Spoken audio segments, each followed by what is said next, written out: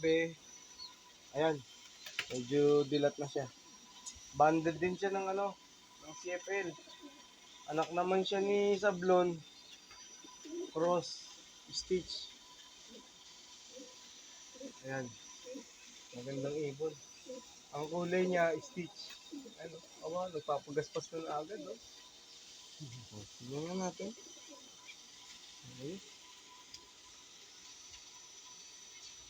Ang ibon natin, sadya talagang kailangan ng interaction sa amo nila. Ang nakikita nila yan, ganyan. Masaya sila dyan. Kasi nakikita nila at is sila. Kampante sila sa surroundings. Para din yan bata na nilalabas mo, ginagala mo.